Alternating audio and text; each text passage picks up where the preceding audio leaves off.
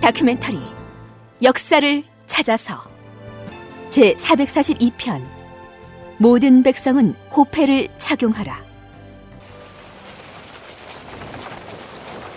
전하, 이제 곧 어가가 공주의 유성에 이를 것이옵니다. 알고 있느니라. 온종으로 유명한 이곳 유성을 과인이 어찌 모르겠는가. 지금 우리는 1413년 9월에 있었던 태종의 강무 행차를 따라가고 있는 중인데요. 이 강무의 최종 목적지는 전라도 임실입니다. 태종의 어가 행렬이 토성인 한양을 출발했던 때가 9월 11일이고 지금의 유성 온천에 도착한 때가 9월 17일이었으니 여기까지만 꼬박 엿새가 걸린 셈이죠.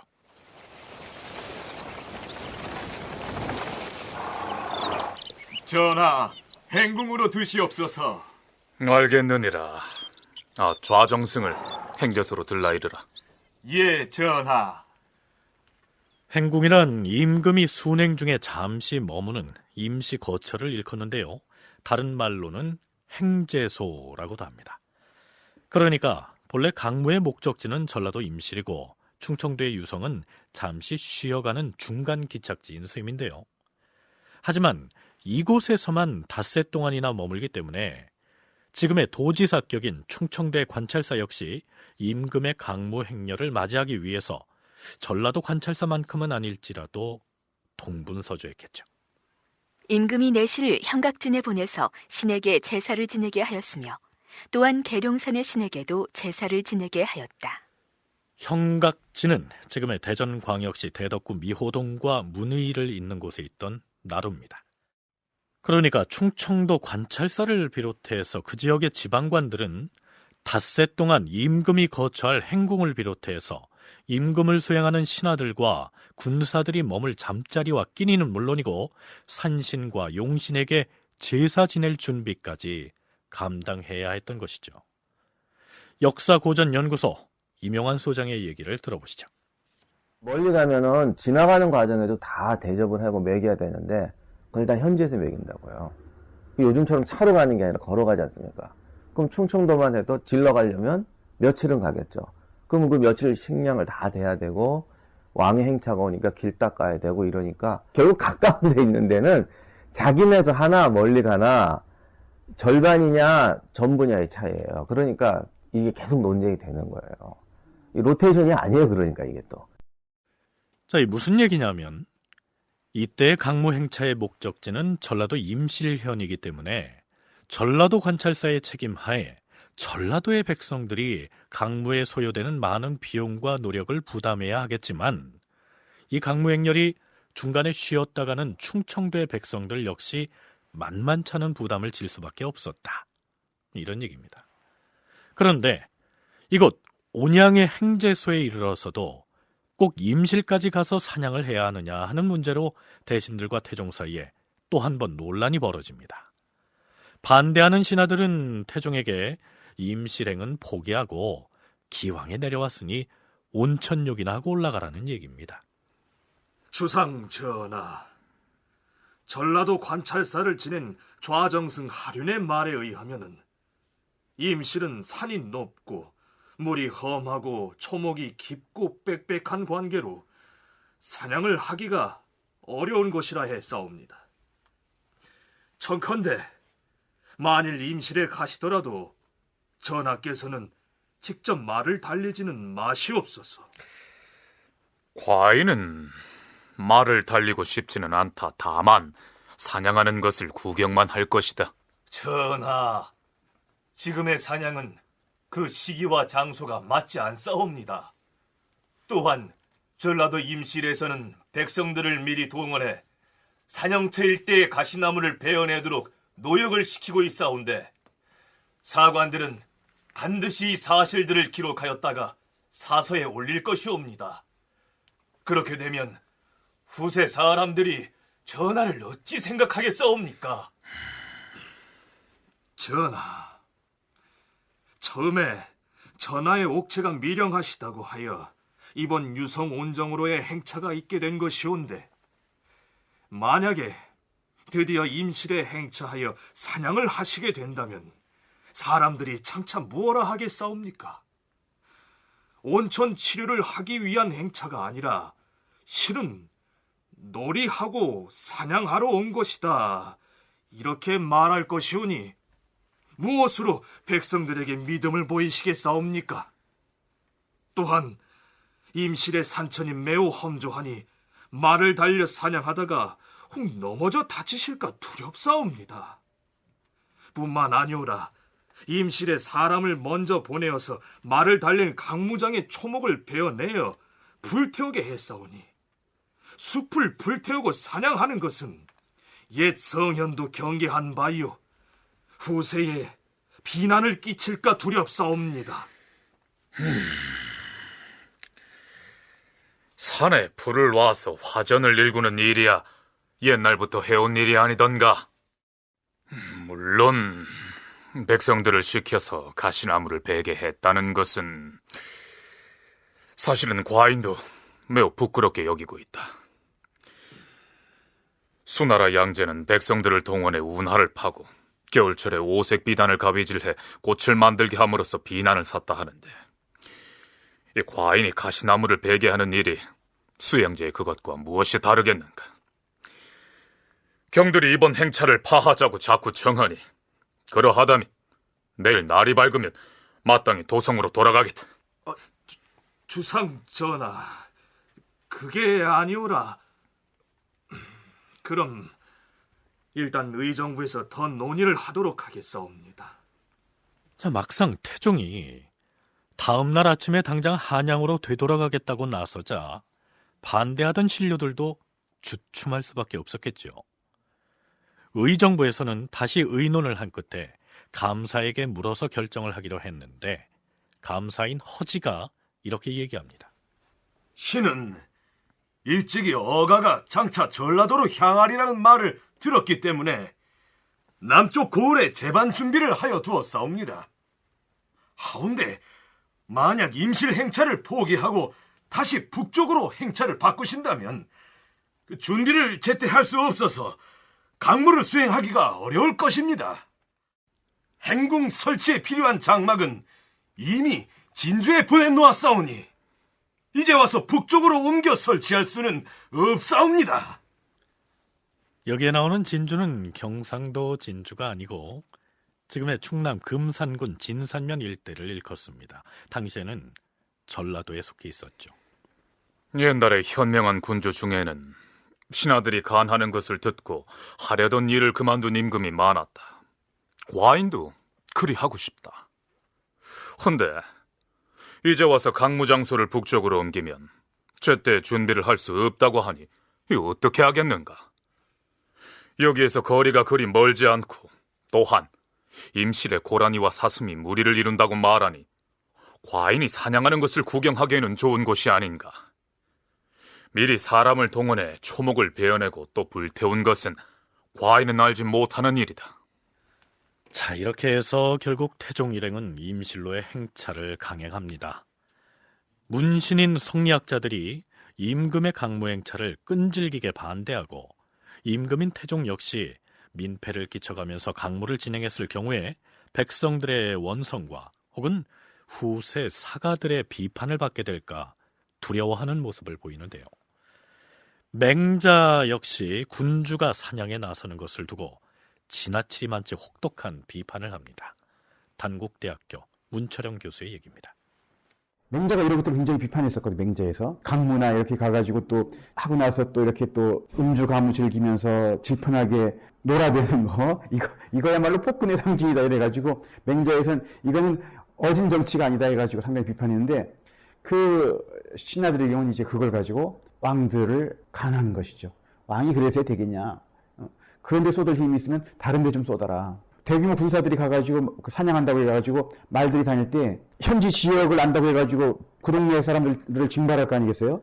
근데 이건 이 남자들이 다 그 농사하는데 노동력들인데 농번기가 되면 거기 농사는 망치는 것이죠.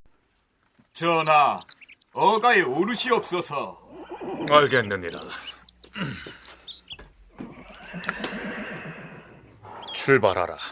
예, 전하. 출발하라!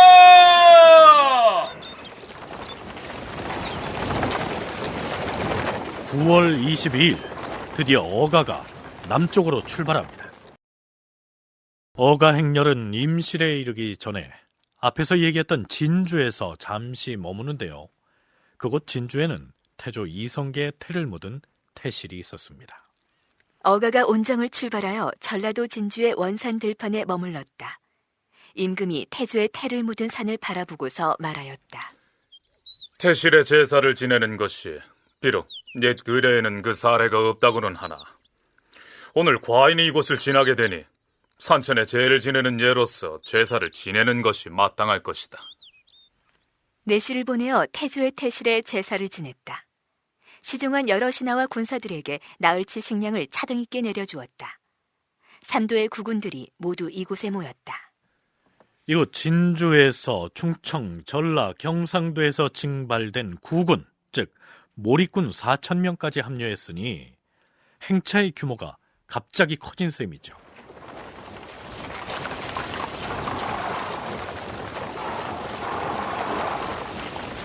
어가가 임실을 향하여 움직였다. 임금은 미리 내시를 보내서 용다면 용현의 용신과 주솔산의 산신에게 제사 지내게 하였다. 또한 마이산에도 사신을 보내서 신에게 제사 지냈다. 드디어 어가가 임실현 오원역 남쪽 교회에 당도하였다. 그렇다면 강무의 장소로 낙점된 임실에서는 어떤 준비를 해야 했을까요?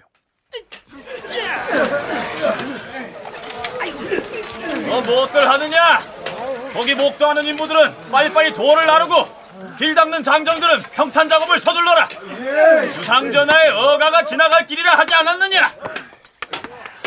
그 뒤쪽에 이제 도착한 인부들은 저쪽 들판으로 가서 행궁짓는 공사를 거들도록 해라. 빨리빨리 움직이지 않고 뭐들 하느냐? 아유, 임금이 사냥놀이를 할 것이면은 그 한양 땅 근방에서나 하든지 말든지 할 것이지.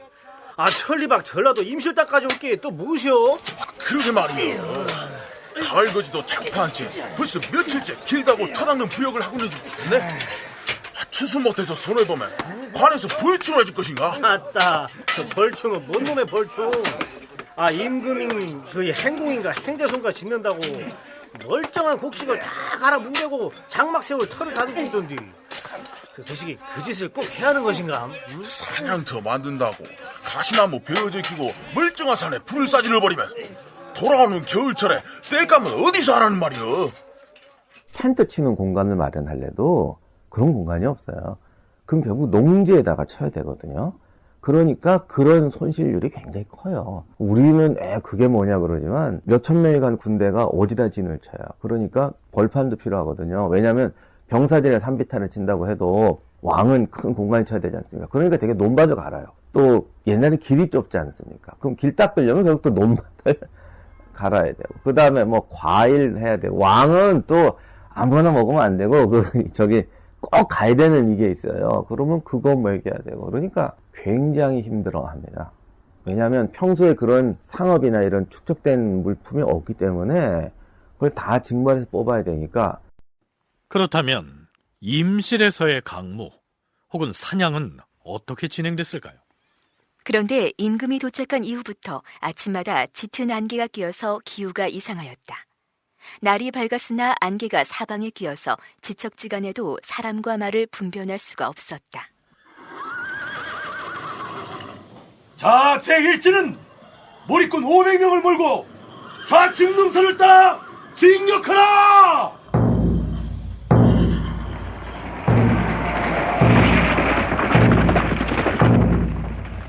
제2지는 제1지의 공격에 밀려 도망치는 짐승들을 적군이라 간주하고 우측 능선을 넘어 도주로를 차단하여 적들을 섬멸하라!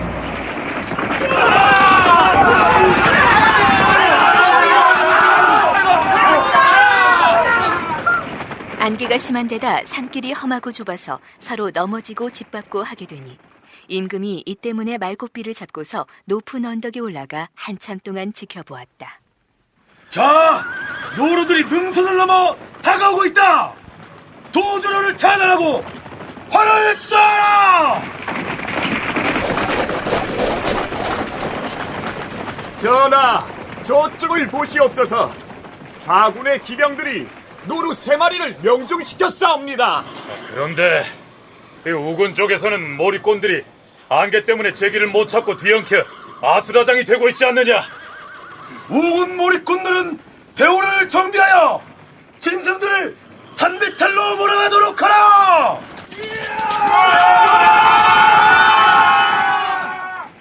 자, 그렇다면 임실현에서의 사냥은 그 실적이 어떠했을까요? 태종실록을 보면 이때의 사냥 결과를 이렇게 적고 있습니다. 주솔산에서 군사들이 사슴을 쏘아 잡은 것이 모두 14마리였다. 임금이 사람을 한양으로 보내어서 사냥한 짐승을 종묘에 바쳤다. 10월 초 하루의 기록이 이러하고요. 다음 날인 초 이튿날의 실록 기사에는 이렇게 기술되어 있습니다. 완산과 이웃 고을에서 군사 2,000명을 징발하여 건지산에서 몰이를 하였으나 잡은 것은 겨우 노루 7, 8마리뿐이었다. 몰이꾼들을 놓아주어서 집으로 돌아가게 하였다. 그러니까 한양에서 내려간 중앙의 군사들을 비롯해서 4천여 명의 몰이꾼들까지 대거 동원해서 사냥한 결과물이 겨우 사슴 14마리에 노루 7, 8마리가 전부였다는 얘기입니다.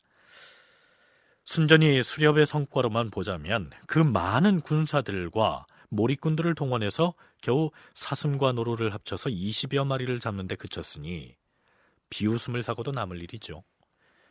그러나 어디까지나 그 행사는 사냥이 목적이 아니고 강무였다는 점을 상기할 필요가 있습니다. 임용한, 문철영 두 전공학자의 얘기를 차례로 들어보시겠습니다. 기본적으로 군사훈련이기 때문에 사슴 몇 마리 잡았냐는 건 중요하지 않아요. 그때 실록에는 군사훈련하는 방식에 대해서는 얘기가 안 나와 있죠. 근데 이렇게 몰이하는 게 이게 기병도 있고 뭐 있는데 몽골 같은 경우는 이게 굉장히 중요해요. 몰이가 아니라 사실 포위거든요. 그러니까 이 좌우 측면선을 맞추면서 감아야 되는 것도 있고 그 빠져나갈 틈이 있으면 안 돼요. 그래서 이렇게 쭉 측면선을 갖추는 것도 있고 그 다음에 그런 포위도 있지만 적이 알지 못하게 빨리 포위해야 되는 부분도 있어요. 그래서 이게 제일 중요한 게 포위 능력인데 그거 하느라고 동물을 하는 것 같아요. 그러니까 동물이 빠져나가지 못하도록 꼼꼼하게 세워서 포위하는 거. 그 다음에 뭐 좌우 기동 부대가 빨리 적의 뒤로 치는 거. 이것 때문에 사냥을 하는 거지 몇 마리 잡는 건 중요한 게 아니죠.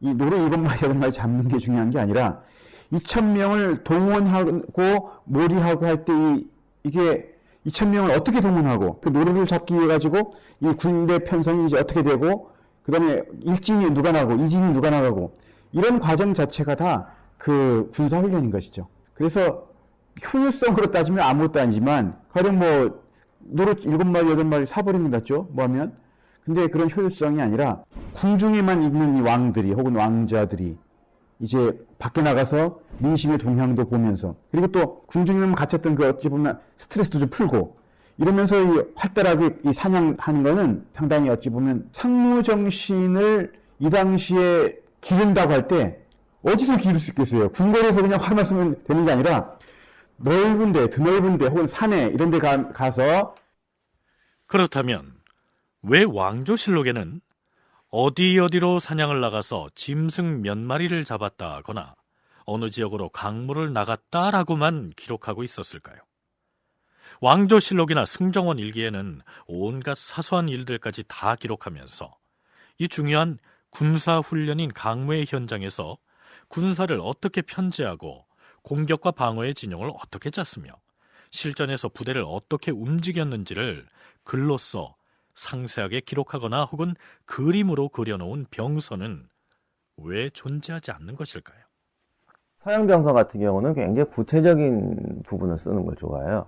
근데 우리나라 병서는 그런 부분은 장군의 능력에 맡기거나 보완 취급을 하죠. 그래서 우리는 전개, 편제까지만 둬요. 그 다음에 실제로 움직이는 과정은 절대 기록을 안 합니다. 그런 기록은 안 남아있죠. 하객진도 사실은 전개예요, 그게. 거기서 이제 실전에 들어갈 때 싸우는 방식은 안 나와있죠. 실제로 강무 현장에서는 실전에 대비해서 공격과 방어 등 다양한 전술 훈련을 시험했을 것이고 나름으로는 정립된 전법이 있었을 텐데 아마도 우리나라의 경우에는 전통적으로 그것을 기밀사항으로 취급해서 기록에 남기지 않은 것 같다. 이명환 소장의 견해가 그렇습니다. 자, 도성으로 돌아가자. 예, 전하. 자, 출발하라!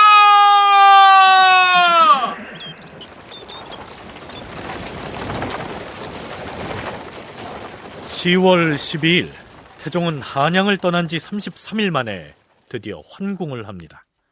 그런데 돌아온 지 며칠 지나지 않은 10월 29일 임금이 상황과 함께 사냥을 하기로 약속하였다고 말하고 떠나려 하였다. 그러자 이숙번 등 일부 대신들이 말렸다. 전하, 임실로 순행하셨다가 돌아오신 지 며칠 되지도 않았사옵니다. 지금 또 사냥을 가시겠다 하시니 너무 이르지 않사옵니까?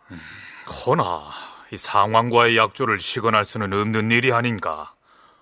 과인은 사냥을 나가야 하겠는데 예정대로 다녀오면 아니 되겠는가? 그러하시다면 근교에서 사냥하고 돌아오시는 것이 좋겠사옵니다. 임금이 드디어 가까운 해룡산으로 사냥을 나가기로 정하였다. 그러나 임금은 의정부와 대관에서 가지 말도록 말을 할까봐 염려하여 그 사실을 비밀로 하였다. 이미 많은 논란을 뿌리치고 임실현으로의 강물을 강행했던 것인데요. 다녀온 지 며칠 지나지 않아서 대간의 눈을 피해가면서까지 또다시 사냥 행차를 하고 있는 것입니다. 비록 태종이 과거를 통해서 벼슬을 하긴 했지만 무인 기질이 있어서 그랬을까요? 문철영 교수는 누구보다 덕치와 문치를 중시했던 세종도 강무의 필요성을 역설했던 점을 들어서 결코 그렇지 않다고 얘기합니다. 정도전 같은 경우에도 조선을 설계한 문인이지만 자기가 직접 진법도 만들고 진도도 만들고 이러면서 군사훈련 시키잖아요. 그래서 지금 태종 때까지도 그게 이어지는 거죠. 문만 중요한 게 아니라 무도 중요하다. 나라를 이제 부국강병을 위해서는. 그래서 우리가 세종을 굉장히 어진 왕이라고 하지만 세종조차도 세종부터가 되면 더 이제 성리학이 더 이렇게 본격화되니까 자꾸 이제 덕치를 하라, 인정하라고 하면서 강무를 폐하라 이렇게 나오는데도 불구하고 아니야, 강무는 이건 군국지사야. 그러니까 나라의 어떤 그 국방과 관련된 일이기 때문에 이거는 폐할 수가 없다. 이렇게 이제 나오는 이유 중에 하나가 이 조선시대는 문과 무를 아울러 숭상했던 이런 걸 볼 수가 있는 것이죠. 태조 13년 9월 초하루 의정부에서 장시간의 논의 끝에 국가적으로 매우 중요한 내용을 보고합니다. 자, 일단 들어보시죠. 주상 전하, 신등이 그 형체의 기준을 정하였사옵니다. 길이는 3촌 7푼, 너비는 1촌 3푼, 그리고 두께는 2푼이옵니다. 위쪽은 둥글고 아래는 각이지게 만들 것이옵니다. 2품 이상의 관리는 상아를 쓰는 것으로 정했사오나 녹각으로도 대용할 수 있게 했사오며 오로지 예궐할 때에만 사용하게 했사옵니다. 그러하옵고 4품 이상의 관리들은 녹각을 쓰도록 했사오나 황양목으로 대용이 가능하게 하였사오며 5품 이하의 관리는 황양목을 쓰는 것을 원칙으로 정했사오나 자작목으로 대용할 수 있게 하고 7품 이하는 자작목을 쓰기로 하였사옵니다. 그리고 서인 이하는 잡목을 쓰는 것으로 정했사옵니다. 또한 서울에 거주하는 관리는 한성부에서 발급하고 지방은 각 계수관에서 일을 맡아보게 했사옵니다. 일단 본인이 자신의 것을 만들어 관에 바치도록 하고 관에서는 그 내용을 검토한 후에 불도장을 찍어주도록 하였사오며 자기가 만들 수 없는 자는 재료로 쓸 나무를 바치면 만들어 주기로 하였사옵니다. 자, 이게 무엇을 설명하고 있는지 짐작이 가십니까? 조선시대 16세 이상의 남자가 차고 다니던 신분을 증명하는 패, 즉 호패를 일컫습니다. 그 호패를 만들어야 한다는데 그게 대체 무엇에 쓰는 물건이야? 그러니까 그 무엇이냐, 그 호패라는 것이 없으면 관청에도 못 가고 부역도 못 나가고 그 마음대로 딴 동네로 이사도 못 간다는 것 같은데. 아니 그 부역을 안 나가면 더 좋지, 안 그래? 에이, 그것이 아니라 그 호패라는 것이 없으면 사람 구실을 못한다니까 그러네. 그럼 호패 그거 나도 만들어야 되는 것이요? 아이고, 그 부인은 좀 빠지시지 그래요. 응? 그 여자하고 어린애들하고 70 넘은 노인은 호패를 찰 필요가 없대요. 아이고, 별일이네요. 듣고 보니 좋은 것도 아닌데 나 그런 거 줘도 안 가질 거요. 참. 그나저나 저 호패를 이거 어떻게 만든다는 거야? 저기 높은 벼슬을 하는 나리들은 코끼리 이빨인지 사슴뿔인지 그런 것으로 만들고, 우리 같은 밑바닥 서민들은 그냥 아무나 깎아서 만들어가지고 관청에 가서 이름하고 못하고 그런 걸 적은 다음에 불도장을 그냥 딱 찍으면 된다는 거야. 당시 호패법을 건의했던 사람의 얘기를 들어보면 그 목적이 뭐냐? 만약에 이 제도가 한번 서게 되면 사람들이 다 일정한 곳에 정착하게 돼가지고 일정한 직업과 일정한 마음도 가지게 되고, 그리고 군대를 강하게 하고 나라를 튼튼하게 할 것이다, 이랬단 말이죠. 그래서 지금 16세 이상의 남자들에게 신분을 증명하게끔 호패를 차고 다니게 한 거죠. 그래서 여기서 알 수 있는 게 뭐냐면 결국은 누가 대상입니까? 남자 노동력이에요. 그러니까 여자도 아니고, 그 다음에 뭐 늙은 남자도 아니고 어린 남자들도 아니고, 그래서 남자 노동력에 대한 그 국가에서의 어떤 파악, 이게 필요한 거죠. 이 시기 호패법의 시행으로 중앙조정의 고위 관료로부터 밑바닥 서민에 이르기까지 한바탕 소동이 일어나는데요. 글쎄요, 이 제도가 제대로 시행될 수 있을까요? 자, 그러면 지금부터 이 호패법이 어떤 과정을 거쳐서 시행됐었는지를 짚어보기로 하겠습니다. 우리가 이미 살펴봤듯이 조선의 건국 세력은 조준, 정도전 등이 중심이 돼서 고려 말부터 토지개혁을 추진했고, 그 결과로 과전법을 만들기도 했는데요. 그렇다면 인구나 민호를 정확하게 파악하기 위한 호적제도는 왜 제대로 정비하지 않고 있다가 태종 13년에 이르러서야 호패법을 시행하겠다고 나선 것일까요? 몽고하고 왔다 갔다 하면서 이제 또 이렇게 피가 섞이고, 그런 과정 속에서 이제 한국 사람하고 몽고 사람하고 사이에서 나온 아이들, 그리고 또 이때 신분 때문에 이제 양인과 노비 사이에서 나온 그런 친구들, 이런 친구들이 굉장히 급증하는 게 고려서예요. 고려 말이에요. 그래서 이러한 신분적 한계를 갖고 있던 친구들이 또 같이 모이기도 하고, 그래서 가령 그 어떤 연구에 보면 조선 왕조를 만들었을 때 개국공신이 52명인데 52명 중에 3분의 2가 족보가 안 나와요. 상당한 상징적인 얘기죠. 조선 건국의 주체사였던 누구냐면 족보 없는 사람들이 대부분이라는 얘기거든요. 그러니까 뭐냐면 가령 뭐 정도전만 하더라도 그 양인과 천인의 사이에서 나오지 않습니까? 조선의 개국공신 중에 상당수가 족보가 갖춰져 있지 않았다고 하니 일반 서민들의 경우에는 호적이 제대로 정리되어 있기를 기대할 상황이 못 됐겠죠. 당연히 조선 왕조를 개창한 태조 이성계 역시 호구조사를 통한 호적 정비를 시도한 적이 있었습니다. 무엇보다 호구를 제대로 파악하는 것이 수취, 즉 국가의 세수를 확보하는 데 중요한 근거가 되기 때문이지요. 호적이 되면 이게 국가의 인력으로 파악이 되잖아요. 그렇게 되면 힘 있는 사람들이 그걸 사적으로 못 쓰지 않습니까?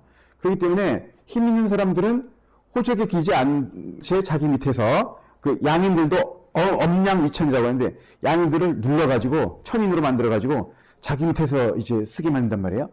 이런 것들이 팽배했던 게 고려말, 특히 뭐 곤문세가가 있다든지 이렇게 할 때 이게 팽배했었고, 그러니까 신도네 같은 경우에도 토지만이 아니라 전민 변정을 하잖아요. 토지와 백성들, 억울하게 그 노비가 된 백성들을 양인으로 만들어주는 이런 것들이 꾸준히 이제 시행이 되는 것이죠. 태조 때도 호패법까지는 아닙니다만은 인보법이라 그래가지고, 문철영 교수가 거론한 인보법이란 것이 과연 어떤 것인지 사학자 이화가 한길사판 한국사 이야기 제9권에서 기술한 내용 일부를 인용하면 이렇습니다. 인보법은 주민을 연대로 묶는 통계 정책이다. 1398년에 상성린이 처음으로 평양에서 실시해본 결과 새로 유입하거나 도망하는 인구의 동태를 즉시 파악하는 등 크게 효과가 있었다. 그는 인보법 시행을 조정에 건의하였다. 그의 건의는 이웃하여 살고 있는 10호 또는 3, 4호를 한 단위로 묶고 그 중에서 재산도 있고 신실한 자를 정장으로 임명하여 그 단위에 속하는 이웃집의 실태를 보고하게 하자는 것이었다. 당시에는 지방의 경우 집들이 서로 멀리 떨어져 있어서 일률적으로 20호 또는 30호로 묶기가 어려웠다. 그래서 자연마을 단위로 멀고 가까움을 헤아려 인보법을 정용함으로써 말단 행정기구로 활용하려는 의도였는데, 그러나 이 인보법은 일부 지역에서만 시행되다가 흐지부지되고 맙니다. 그렇더라도 국가를 운영하는 데 있어서 가장 중요한 기초자료가 되는 것이 인구 현황일 텐데, 공권력을 동원해서 호구조사를 실시한 뒤에 호적을 정비할 수는 없었을까요? 이명한 소장은 그 당시의 호적정비나 호구조사를 오늘날의 인구조사의 개념으로 이해하려 해서는 안 된다고 강조합니다. 옛날에는 이 생활 수준이 굉장히 낮아요.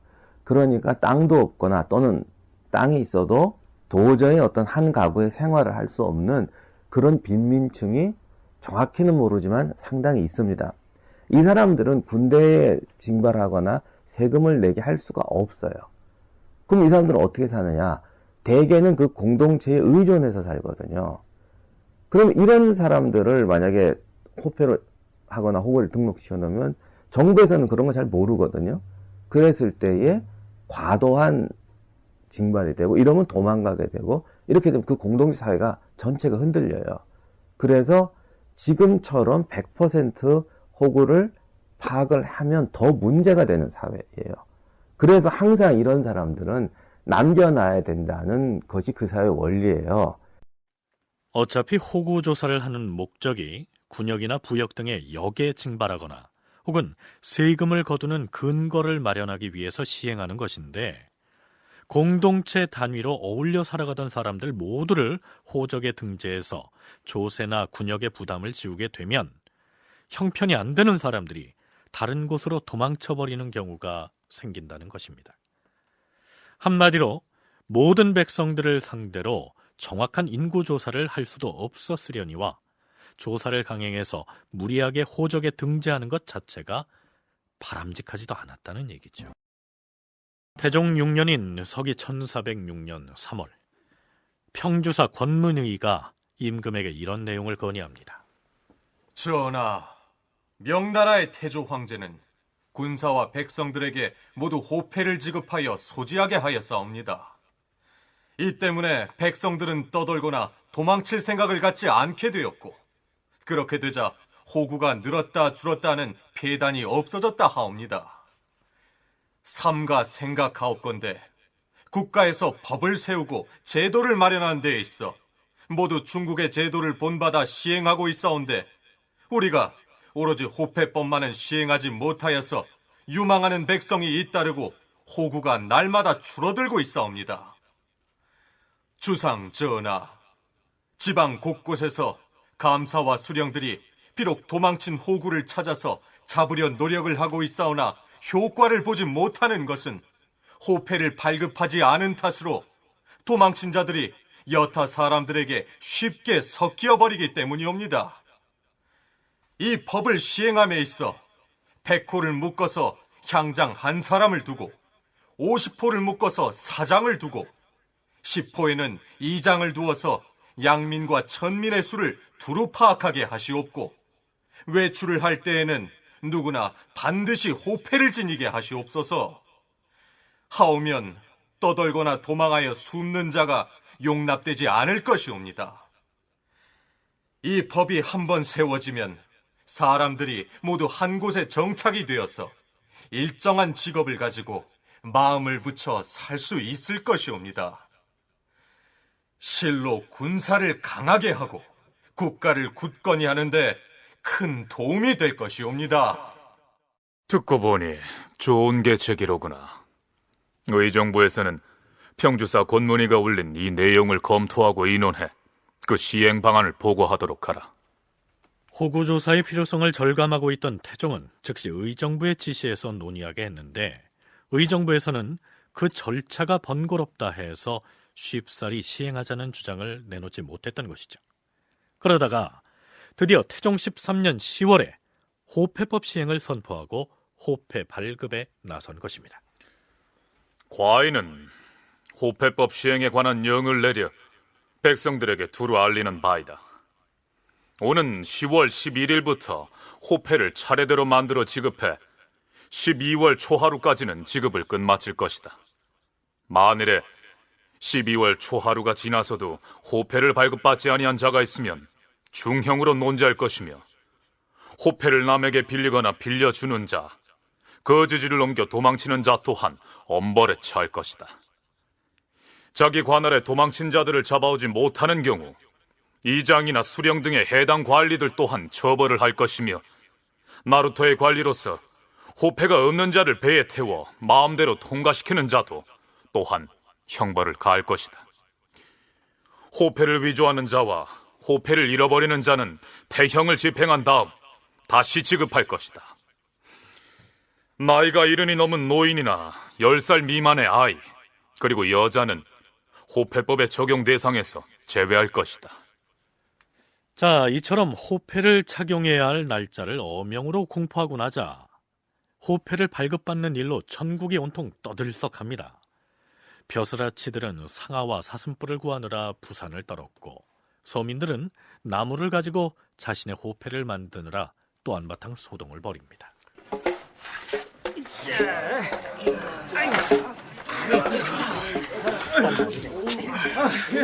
마침 여기들 모여서 호패를 만들고 있었구먼. 아이고, 잘 됐네 그려. 아니, 그 호패 만들 나무는 없이 빈손으로 왔는가? 여기 갖고 왔네. 도대체 호패를 몇 개나 만들려고? 아예 기둥을 뽑아왔나? 이 사람. 집에서 혼자 만들어 보려다가 크기가 어찌 되는지 알 수가 있어야지.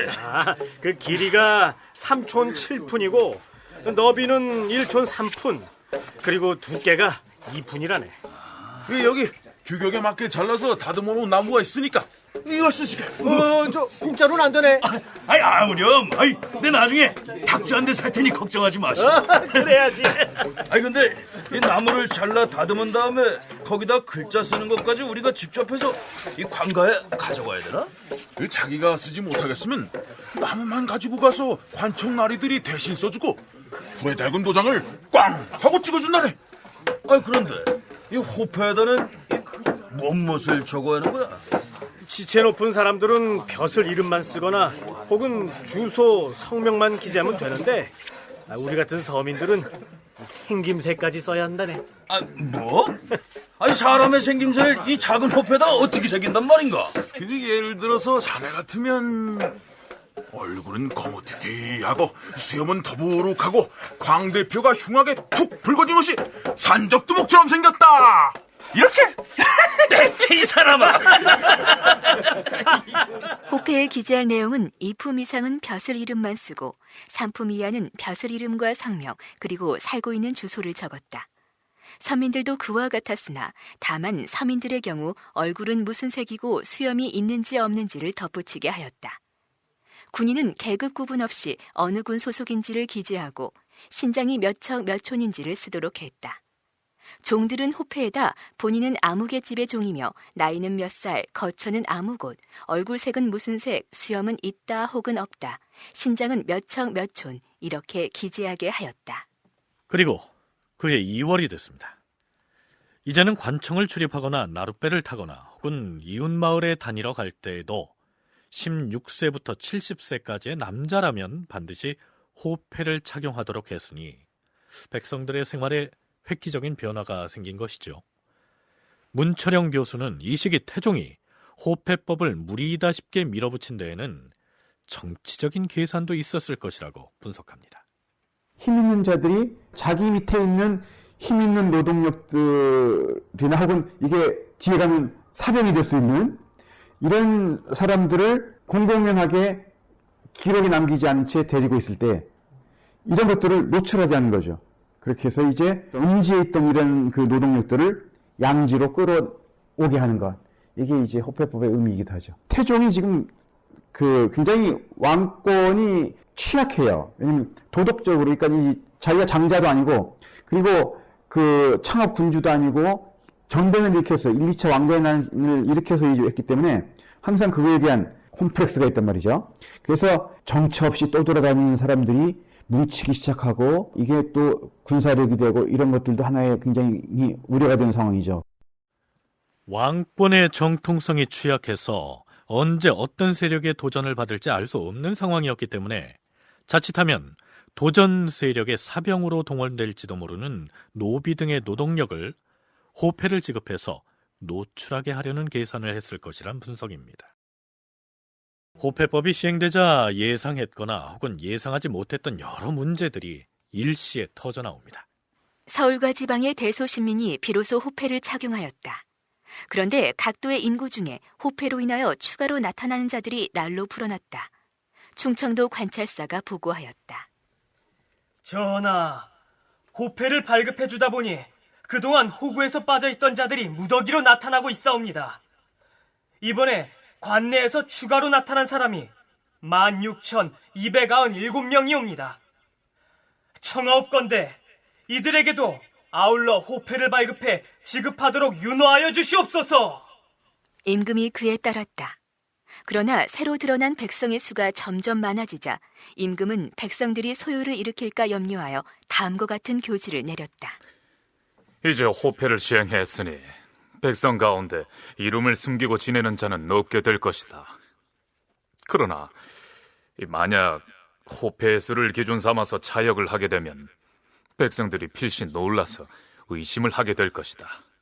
허니 예전처럼 경작하는 땅의 많고 적음을 기준으로 삼아서 차역을 하도록 하라.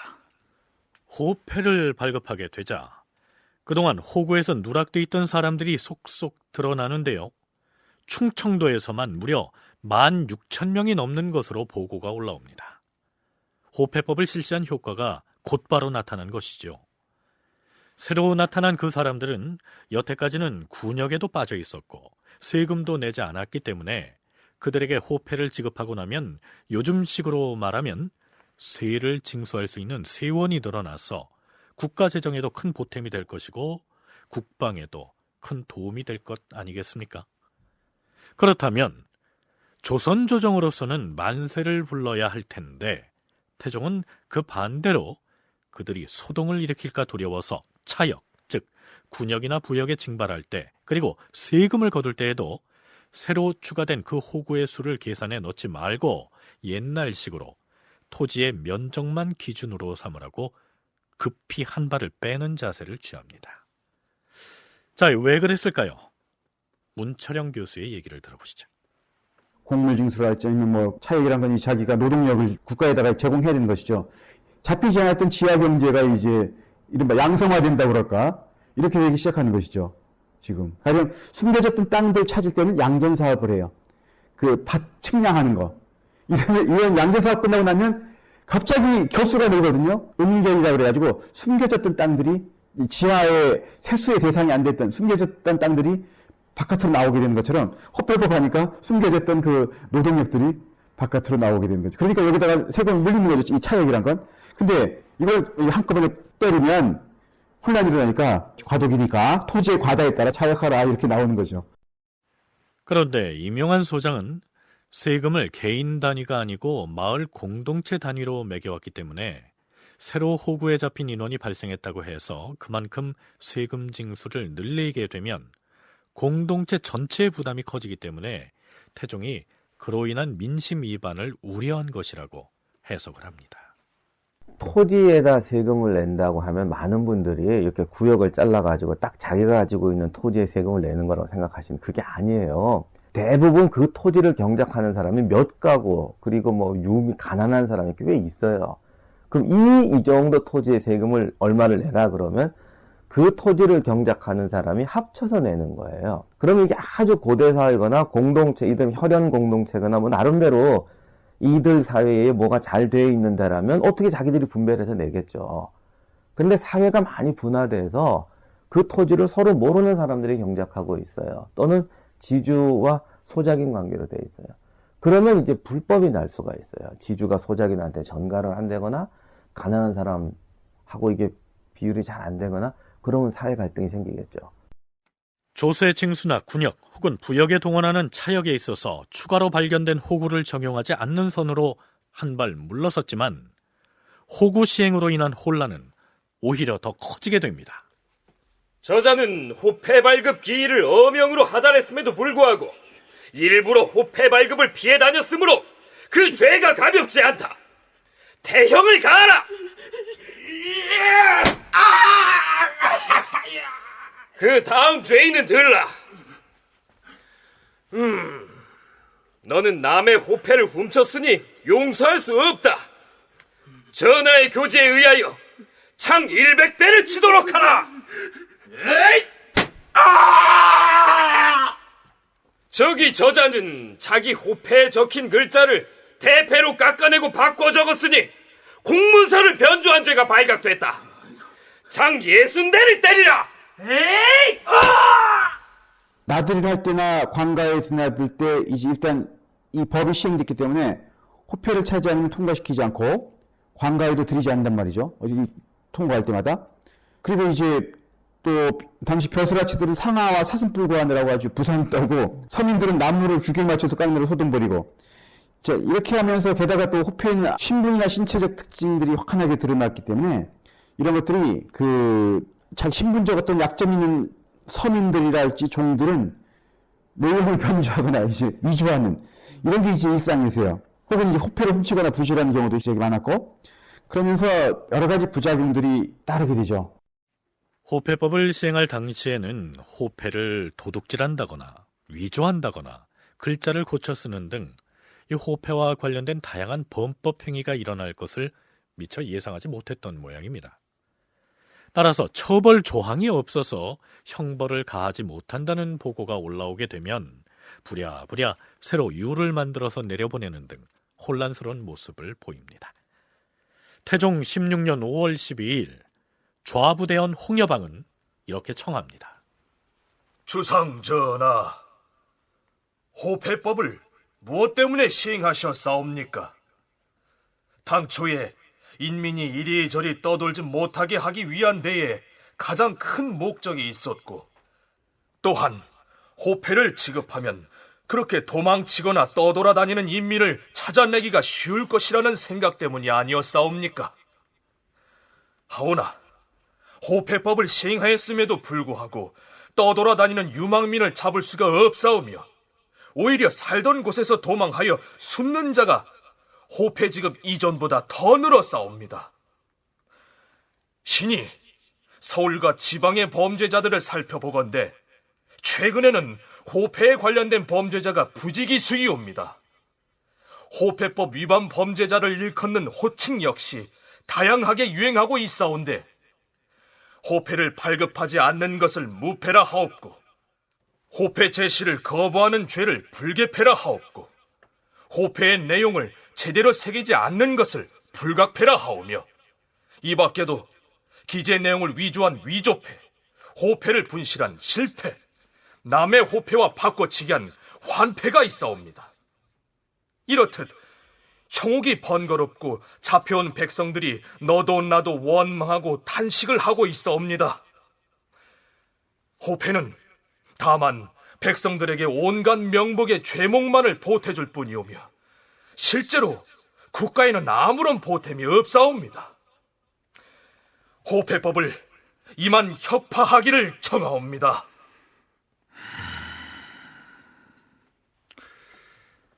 호패를 시행하는 것이 백성에게 해가 있다고 하나 이는 가볍게 그 폐지 여부를 결정한 사안이 아니니 의정부와 육조에서 여러 사람의 의견을 모아 고하도록 하라.